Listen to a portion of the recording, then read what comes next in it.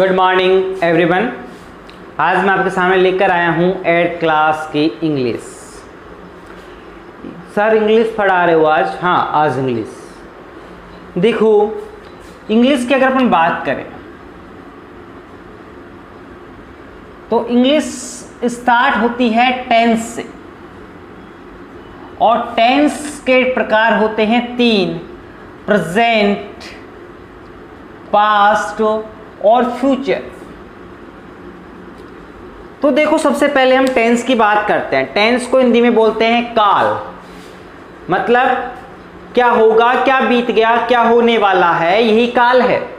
और काल के कितने बेटे हुए थे? 3 बेटे हुए थे, प्रेजेंट, पास्ट और फ्यूचर।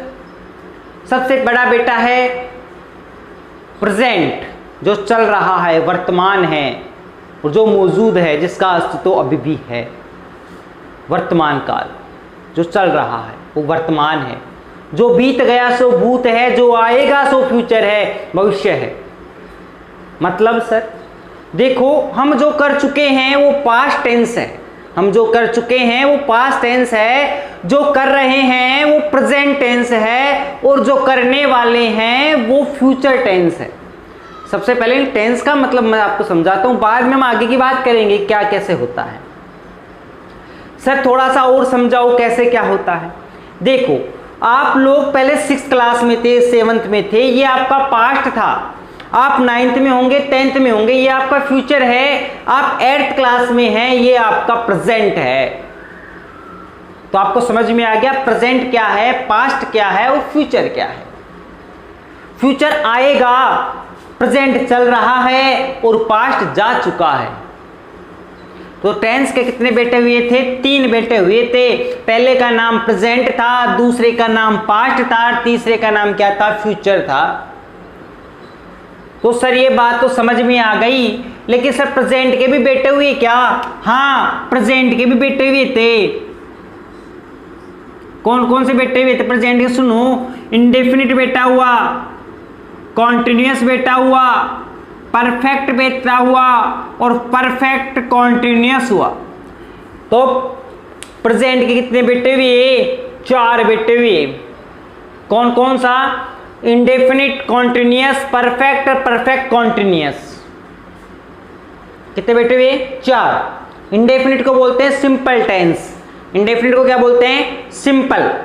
कॉन्टिन्यूअस को लगातार। परफेक्ट मतलब परफेक्ट, और परफेक्ट कॉन्टिन्यूअस मतलब लगातार चलता रहता है। उसको मैं आपको पूरा परिभाषा सहित समझाऊंगा। अब पहले समझो, ये जो 4 बेटे हैं वो इंडेफिनिट, इस प्रेजेंट के नहीं हुए, सबके हुए हैं। इसके भी इंडेफिनिट है, कॉन्टिन्यूअस है, परफेक्ट है, परफेक्ट कॉन्टिन्यूअस है।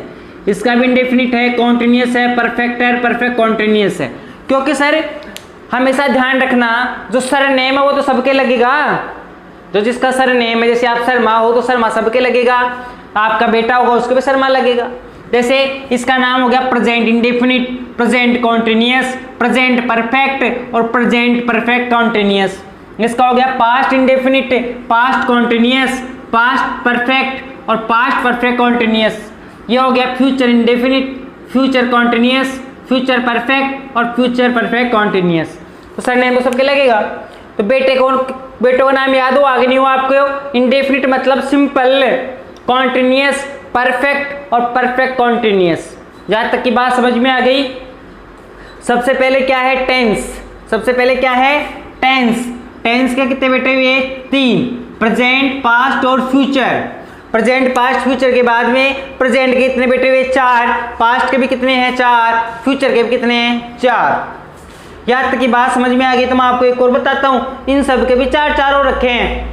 Affirmative, negative, interrogative, interrogative, negative, सबके हुए हैं ये। तो ये चीज मैं आपको थोड़ा आगे चल के बताऊंगा। पहले अपन यहां तक की बात करते हैं। सबसे पहले तीनों के सिंपल की बात करते हैं, तीनों के सिंपल की। तो सबसे पहले प्रेजेंट सिंपल की बात करते हैं। तो प्रेजेंट सिंपल जो टेंस होता है उसमें आता है ता है, ती है, ते हैं इत्यादि वर्ड आते हैं। मतलब जो प्रेजेंट सिंपल की जो पहचान होती है उसमें आता है ता है, ती है, ते हैं। जैसे मैं कर सकता हूं, मैं कर सकता, कर रहा हूं, तो कॉन्टिन्यूअस में चला गया, ता है, ती है। वह जयपुर जाता है, वह खाना खाता है, सीता खाना पकाती है, वह रोता है, वह रोता है, वह सोता है, वह मरता है। मतलब जिसके लास्ट में ता है, ती है वर्ड आते हैं, वो प्रेजेंट इंडेफिनिट के बच्चे होते हैं, या मैं बोलूं प्रेजेंट इंडेफिनिट के वाक्य होते हैं, सिंपल वाक्य होते हैं। मैं जयपुर जाता हूं, मैं खाना खाता हूं, ये सब सिंपल टेंस आता है। इसमें मैं खाना खाता था, मैं जयपुर जाता था, मैं रोता था, मैं हंसता था, मतलब इसमें तो ता है, ती है आते हैं, इसमें ता था, ती थी आते हैं। समझ में आया? ता है जाता हूं, खाता हूं, पीता हूं, खाता था, पीता था, रोता था, सोता था, ता है, ती है, ते है। कॉन्टिन्यूअस का मतलब होता है कि अभी भी चल रहा है, लगातार है। जैसे मैं जयपुर जा रहा हूं, मैं खाना खा रहा हूं, मैं गाड़ी चला रहा हूं, तो अंत में क्या आ रहा है? रहा है, रही है, रहे हैं इत्यादि वर्ड आते हैं, वो होते हैं प्रेजेंट कॉन्टिन्यूअस के वाक्य। अब मैं पास्ट कॉन्टिन्यूअस की बात कर रहा हूं तो बोलूंगा मैं जयपुर जा रहा था, मैं रो रहा था, मैं खा रहा था, मैं पानी पी रहा था, मैं सो रहा था।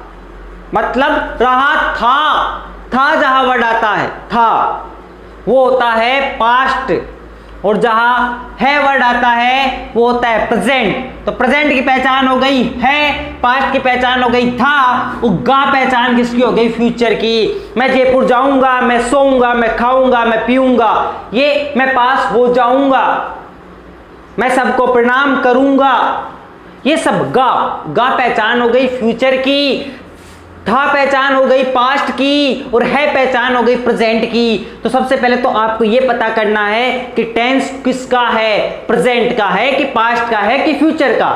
उसके बाद हम पता करेंगे कि वो इंडेफिनिट है कि कॉन्टिन्यूअस है कि परफेक्ट है कि परफेक्ट कॉन्टिन्यूअस है। तो कॉन्टिन्यूअस की बात आप कर रहा था मैं, कॉन्टिन्यूअस की बात क्लियर हो गई।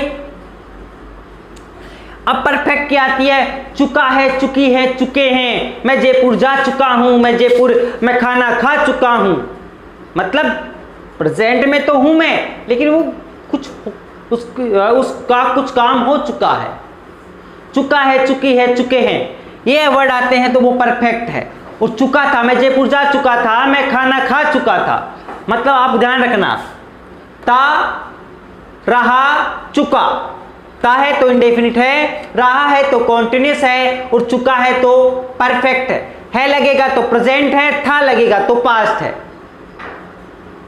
यहां पे चुका होऊंगा तो फ्यूचर हो जाएगा, जा रहा होऊंगा तो कॉन्टिन्यूअस हो जाएगा। इन सब के बारे में अपन बहुत विस्तृत रूप से पढ़ने वाले हैं। जो टेंस है, मेरी क्लास के बाद आपका टेंस का एक भी वाक्य गलत नहीं होगा, ये मेरा वादा है।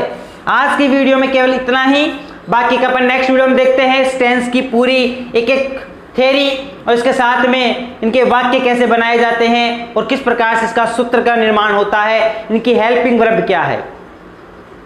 इससे पहले, पढ़ने से पहले हम वर्ब की भी बात करेंगे कि वर्ब होती क्या है, और सर मैं वर्ब को कैसे पहचानूं। मैं सब्जेक्ट ऑब्जेक्ट में कंफ्यूज हो जाता हूं कि सब्जेक्ट क्या है, ऑब्जेक्ट क्या है, वर्ब क्या है और एक्सेट्रा पार्ट क्या है। तो हम आप सबको इस टेंस को पढ़ाने से पहले सब्जेक्ट बताएंगे, ऑब्जेक्ट, वर्ब, सब कुछ बहुत अच्छे से क्लियर करेंगे। इसके लिए आपको देखना होगा हमारा नेक्स्ट वीडियो। धन्यवाद।